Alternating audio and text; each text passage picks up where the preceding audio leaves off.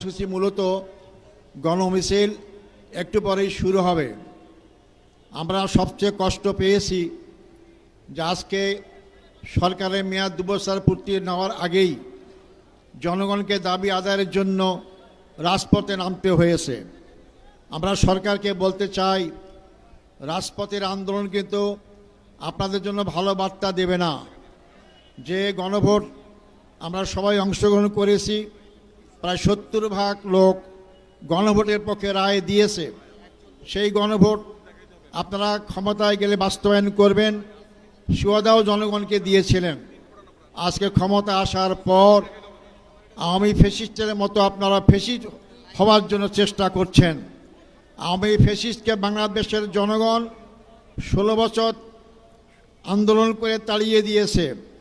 আপনারা আজকে জাতীয়তাবাদী ফ্যাসিস্ট সরকার, আপনারা যদি মনে করেন জনগণকে আন্দোলন দমাবেন আপনাদের পেটুয়া বাহিনী দিয়ে, তাহলে আপনারা বোকার স্বর্গে বাস করছেন। সংগ্রামী ভাই বন্ধুগণ, আপনারা এখন গণভোটের ব্যাপারে সংবিধানের দোহাই দেন। আজকে কোন সংবিধানের বলে আপনারা ক্ষমতায় আছেন? কোন সংবিধানের বলে আপনারা এমপি হয়েছেন, মন্ত্রী হয়েছেন? কোন সংবিধান বলে আপনারা প্রধানমন্ত্রী হয়েছেন? একটা আইন মানবেন আর আরেকটা আইন মানবেন না। যেটা আপনাদের পক্ষে যায় সেই আইনটা মানবেন, যেটা আপনাদের বিরুদ্ধে যায় সেটা মানবেন না। এইটা জনগণ মেনে নেবে না। আপনারা আন্দোলন দেখেছেন, আপনারাও আন্দোলন ছিলেন, আমরাও ছিলাম। জনগণকে বাধ্য করবেন না। আপনারা যখন একসময় ক্ষমতায় ছিলেন, জনগণের দাবি ছিল কেয়ারটেকার সরকার। আপনারা নানান কথা বলেছিলেন, আমি সেই দিকে যাইতে চাই না। কেয়ারটেকার মানেন নাই, মানতে বাধ্য হয়েছেন জনগণের আন্দোলনের মুখে, কিন্তু আপনাদের জন্য সুখকর হয় নাই। আপনারা ক্ষমতা আসতে পারেন নাই। আজকে আপনারা ক্ষমতায় কিভাবে এসেছেন বাংলাদেশের জনগণ জানে।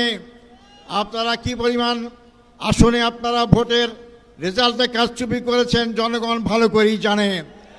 জনগণ থেকে সম্পূর্ণ ভোট পেয়ে আজকে আপনারা ক্ষমতায় নাই। আপনাদের পায়ের তলা থেকে মাটি সরে যাওয়া শুরু করেছে। জনগণের ভাষা বুঝুন, জনগণকে মাঠে আন্দোলন করতে বাধ্য করবেন না। এই জনগণ যদি আন্দোলন করতে মাঠে নামে, আমরা বলতে চাই জনগণ দাবি আদায় করা পর্যন্ত রাজপথ ছাড়বে না ইনশাআল্লাহ। সংগ্রামী ভাই বন্ধুগণ, আজকে আপনারা সুযোগ থাকতে অবিলম্বেই আপনার গণভোটের রায় মেনে নিয়ে বাস্তবায়ন করা শুরু করুন। আমরা আপনাদেরকে সহযোগিতা করব। সংগ্রামী ভাই বন্ধুগণ, আমরা যদি বলতে চাই দেশের অবস্থা, সবাই নেতৃবৃন্দ বলেছেন জ্বালানি সংকট। আমরা যখন সংসদে কথা বলি জ্বালানির ব্যাপারে, জ্বালানি মন্ত্রী বলেন জ্বালানির কোনো সংকট নাই। তো জ্বালানির সংকট যদি না থাকে, স্কুলে কর্মঘণ্টা কমাইলেন কেন? সরকারি কর্মঘণ্টা কমাইলেন কেন? তাহলে আজকে শত শত হাজার হাজার লোক লাইন ধরে তেল নেওয়ার জন্য চেষ্টা করে কেন? এটা কি জ্বালানির সংকট দেখতে পারেন না আপনারা? হ্যাঁ, আপনারা দেখতে পারবেন। যখন জনগণের রুদ্রসে পড়বেন তখন সবই ঠিক পাবেন ইনশাআল্লাহ। সংগ্রামী ভাই বন্ধুগণ, আপনারা আজকে ক্ষমতা 2 মাস হতেই আবার চাঁদাবাজি শুরু করেছেন। চাঁদাবাজিতে এই দেশের জনগণ অতিষ্ঠ হয়ে গিয়েছে। আপনারা নিজেরাই সরকারি দল থেকে মব সৃষ্টি করছেন, আপনার প্রকারান্তরে জনগণ উস্কিয়ে দিচ্ছেন মব সৃষ্টি করে আপনাদের ঘেরাও করার জন্য। এই কালচার বন্ধ করুন। এই কালচার বন্ধ না করলে জনগণও কিন্তু সেই কালচার অভ্যস্ত হলে দেশে কোনো শান্তি আসবে না, আপনারাও শান্তি থাকতে পারবেন না। সংগ্রামী ভাই বন্ধুগণ, আপনারা মিছিল করবেন ইনশাআল্লাহ, শান্তিপূর্ণ মিছিল। আমাদের এই মিছিল যেখানে যাওয়ার কথা সেখানেই যাবে, আপনারা সুশৃঙ্খল যাবেন। আমরা বলতে চাই এই মিছিল, এই গণমিছিল যে আজকে শেষ হয়, যদি ভালো ভালোই সরকার মেনে নেন, সংসদ চলবে আগামীকাল থেকে, সেখানে যদি ঘোষণা দেন যে আমরা গণরায় বাস্তবায়ন করার জন্য সংবিধান সংস্কার করব, তার জন্য পদক্ষেপ গ্রহণ করবেন। আমরা সংসদে যারাই আছে আপনাকে সহযোগিতা করব। আর যদি না করেন, আগামী দিনে আন্দোলনের জন্য মোকাবেলা প্রস্তুত হন। আমরা হাসিনাকে 16 বছর সুযোগ দিয়েছি, সেই শক্তি আপনাদের নাই।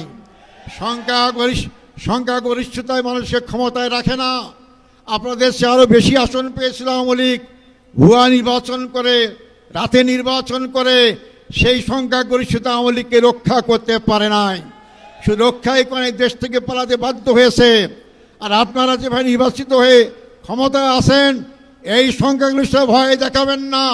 সংখ্যাগরিষ্ঠতার মাধ্যমে জনগণের রায়কে উপেক্ষিত করেন, তা জনগণের আসামির কাঠগড়ায় দাঁড়াতে বাধ্য হবেন ইনশাআল্লাহ।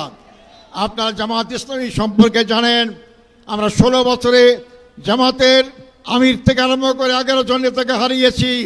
আমরা নিশ্চিহ্ন হইনি। আমরা 2008 সালে মাত্র 2টা আসন পেয়ে আমরা আজকে 68 আসন নিয়ে সংসদে আসি। জনগণ জামাত ইসলামীর পক্ষে, জনগণ পরিবর্তনের পক্ষে। যদি আপনি এই পরিবর্তনটা ভাষা না বোঝেন, সামনের যে আন্দোলন হবে আপনাদের পরিণতি আওয়ামী লীগের চেয়েও খারাপ হবে। সংগ্রামী ভাই বন্ধুগণ, আসুন জনগণকে সজাগ করুন, আপনার জনগণকে একত্রিত করুন।